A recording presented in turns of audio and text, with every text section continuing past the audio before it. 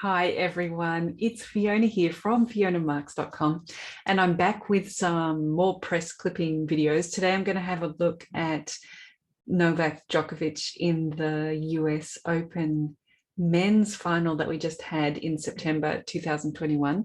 I really enjoyed watching what I could of that. It was a little bit late for my time zone, but I saw some of it, and as a life coach for many years before I became an astrologer, it's fascinating to see someone right on the edge of achieving a goal, something they've really been working towards, and how at that final moment, the adversary can maybe often be yourself. It's, can I really feel like I deserve this achievement? And so I was very interested to watch it. Obviously, I was hoping very much that he would win.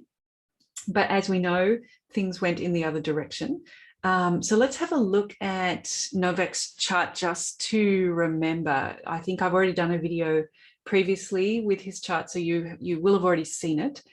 But just to refresh our memories, we have a Capricorn ascendant, and we have I think this was one of the things, the last time we talked about Novak Djokovic, we were talking about, his discomfort. He'd made some statements to the press that he was not loved in the way that that Federer was. So we were just looking at their different charts.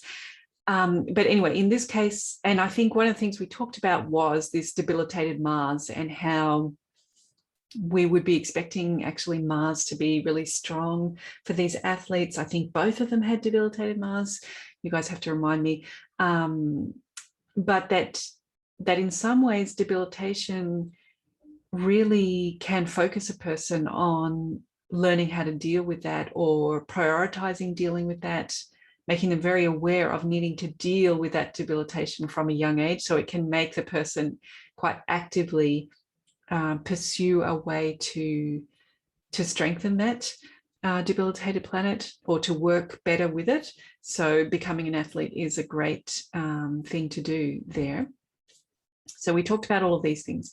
And one of the things that I loved about watching the tennis, the final, was that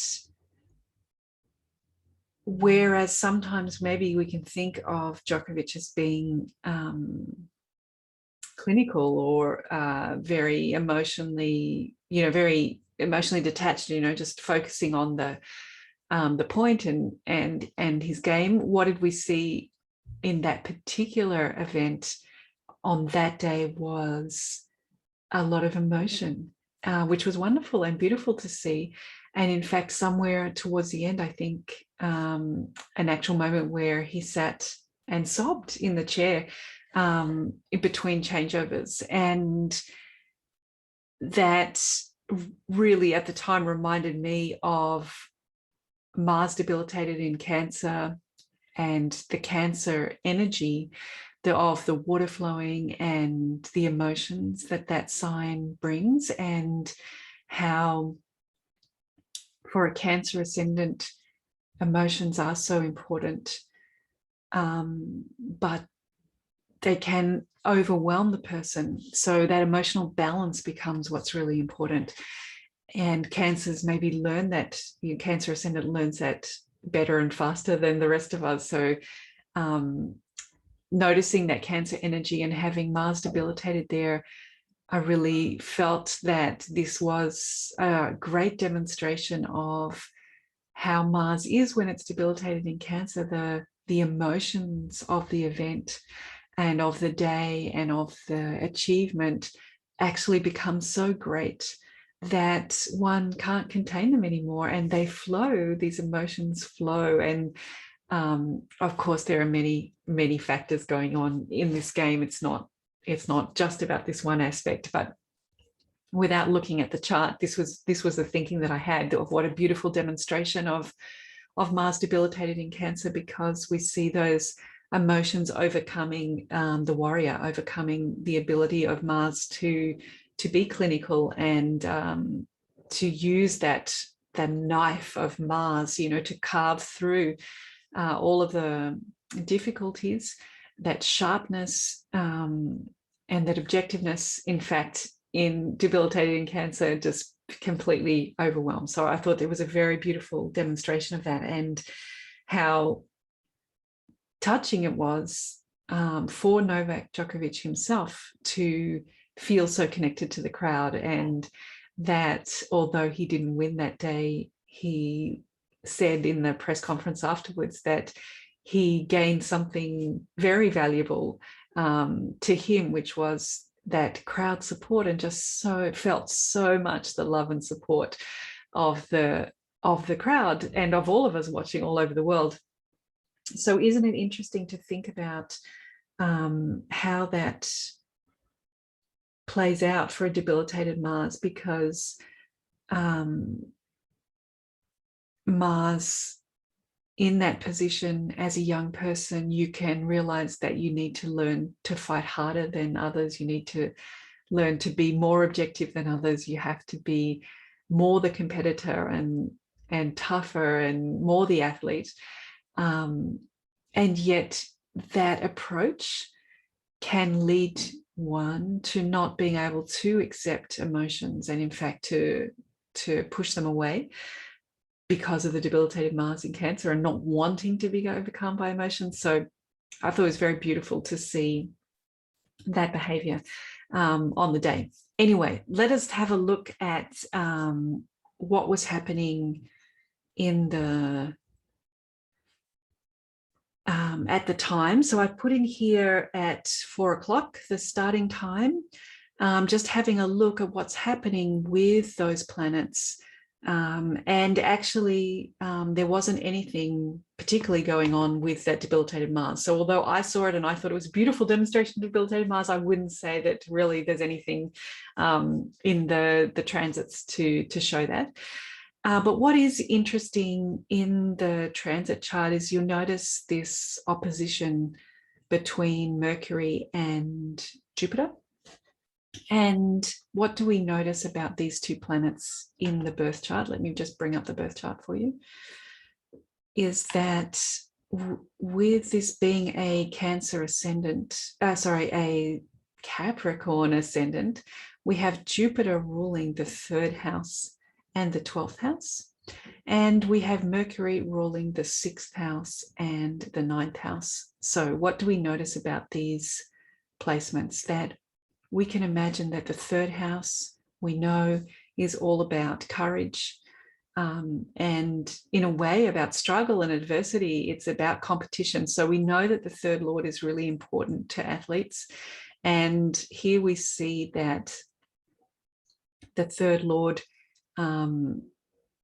is actually getting this direct opposition from Mercury. And what is Mercury? It is representing the 6th Lord in Novak Djokovic's birth chart. And the 6th Lord is our enemies and our adversaries. So it's very interesting, isn't it, that we have Mercury at the top of the sky there,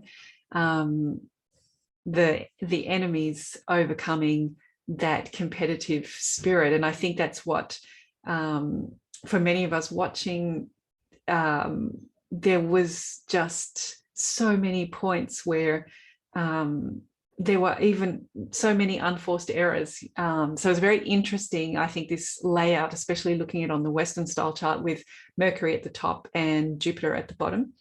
If we take it to, if we just want to know what the Shadbala was at that time, this is over here in the bottom corner. We have the Shadbala for Mercury number 2 and Jupiter number 3. So, you know, we do see that Mercury did have slightly more Shadbala by percentage on the day. So the stronger planet in this setup where Mercury is in opposition to Jupiter. And what are some of the other things that we notice about the layout of this chart?